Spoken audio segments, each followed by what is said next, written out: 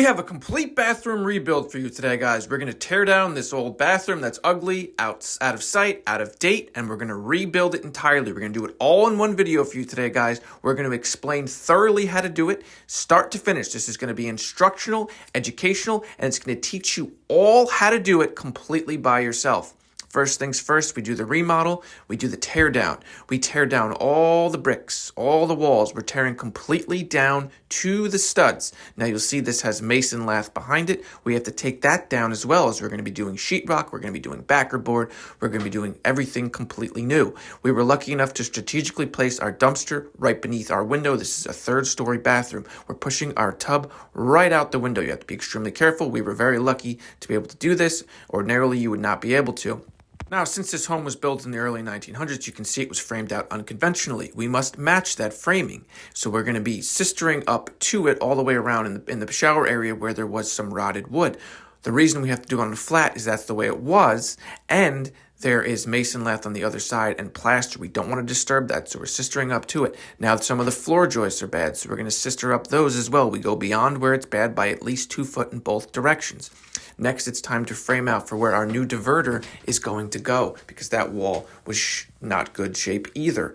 So after we do that, we spread thin set entirely underneath our tub. We put our backerboard down. We have our cutout for where the drain will go to the new tub. Now they wanted a soaking tub, so this is a bit taller than the usual tub. And while we were doing this, while we had the floor up to repair it, we realized we were going to switch over to PVC to get new piping, that because the old stuff was old and clogged, so now was the time to replace it. Now we're doing our backerboard on the floor. We use 1/4-inch backerboard for the floor, and we spread thin set below it. For thin set, we like to use Pro Light. We then screw in every 12 to 16 inches. We then take our thin set and we, just like spackling, go over all the edges. We tape it, then we go over it, then we go over it again, and we go over all the screw holes. Now it's time to put our backerboard up in the shower. This comes in 3x5 sheets if you're using the Hardy backer, so you'll use 2 sheets on all sides. You must cut for around the shower head and faucet. Next, you'll see that we are fastening the same thing every 12 to 16 inches. You're finding your studs. You're going all the way around.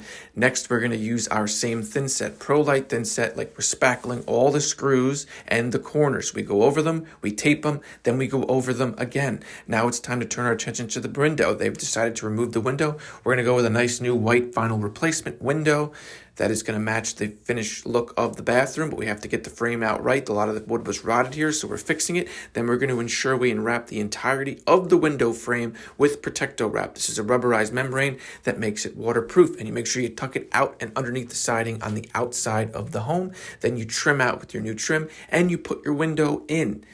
You fasten your window in the 4 holes that are provided in the window. You make sure everything is plumb, level, and square. Then you use silicone sealant and you caulk completely around any and all gaps on both the inside and the outside. Then you put your aluminum trim on the outside to wrap it. Now it's time to set our tile heights. We realize there's going to be a half cut on the bottom, a little more than a half. It's like a 3/4 piece tile on the bottom. So 3/4 of an actual tile on the bottom. Same goes for the top. Now we want to lay out for this niche shelf so that it is a perfect full tile beneath and on top. So that takes much layout. You space your tile. We're going to use a 1/16 of an inch spacer, and then you mark from there. We then take our multi-tool and we cut out our backerboard. We put our new niche shelf, which is a Schluter shelf, in. We make sure it's completely flush with the existing backer system, and we make sure that we install new 2x4s to make it thoroughly backed. We then take galvanized screws with washers and we fasten into our new box. We then tape it off.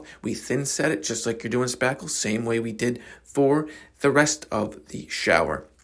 Now it's time to red guard the entirety of the shower.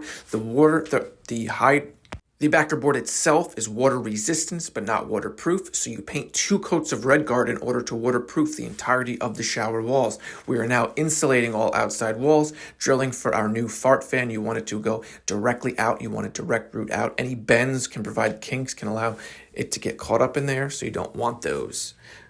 Check your window thoroughly to make sure it opens and closes extremely smoothly. We keep that in because we're also going to have it as our vent. We're going to have our fart fan sucking air in. Next, it's time to go with green board sheetrock. We go green board because it's, again, moisture resistant, and this is a wet area as it's a bathroom. There will be steam, whatnot.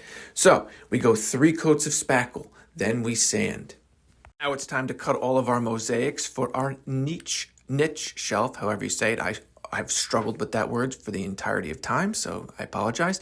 For this, we use our 3/16 V'd out notch trowel, and we put them in. We put our little pieces we had to cut in all around, and now it's cutting our tile to trim out the inside of the box and to start the bottom. Again, this is 3/4 of a tile. So the tile, if it's 6 inches or 7 inches, this is just 3/4 of that. So the same cut is going to be on the bottom of the tub that's going to match the ceiling. We want everything to look uniform. We're going to be doing a half bond for this. So we're going to be starting with a full tile, then going with a half tile, then a full tile, and then a half tile. So it's going to be entirely half bond. We're going to line all the veins up so that they flow tile to tile. Then we're going to put our corner shelves in to catch for our soap and what have you, and we go up to the ceiling. Now, we grout the entirety of this in a silver grout that's going to really bring out those light gray veins. Then we're going to be caulking. Let's talk about caulking. We do all 4 corners.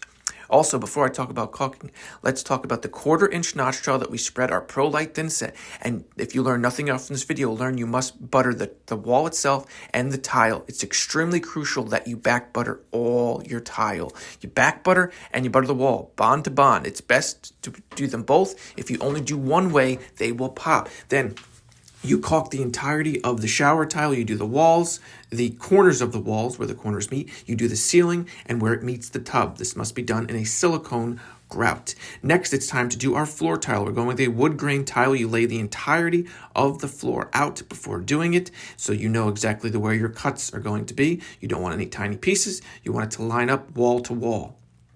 We use a bigger notch trowel for this, and we use the same Pro Light thin set, and we use a nice wedge system as well to make sure that you can run your fingers across all the tile and they're perfectly smooth, perfectly flat. You catch zero lippage. Then you take your scraper, scrape off any extra thin set. Do this in under 24 hours. You'll have no problem getting it off. Now it's time to grout everything thoroughly. We grout all the walls. We start with our box first. We use our grout float. We grout, we sponge float clean, and then we take a cleaning product and we wipe everything completely down, remove any excess haze that may be there. There's always a minute bit left after cleaning with the sponge, so it's best to clean with your cleaning product 1 hour after grouting. Now remove all the wedges, do the same thing on the floor, and it's time to do the floor grout. We're going with a brown here that's going to make it look like it's a real old-fashioned wood floor with the same color, basically color match grout going in between to make it pop, make it look more authentic. And it's going to bring a nice clean, crisp look to the room. So in a small space like this, you want to go with your very light and your neutral colors, right? So we went white for the shower tile, a light silver for the grout. So it really makes everything lighter, makes it pops. The walls are eventually going to be a light olive. The floor is a bit dark, but if you look, there's a lot of lights in that brown, so it's actually not a dark floor. Then you put your marble saddle in, the same color that matches the wall tile, and you can look and see, and you go with your flat wood on the ceiling, you put your trim in, your trim and your doors are going to be painted in a white semi-gloss to make them bright and make them pop. Your trim and your your tile joints, are what makes the entirety of this project. So take your time and do them correctly.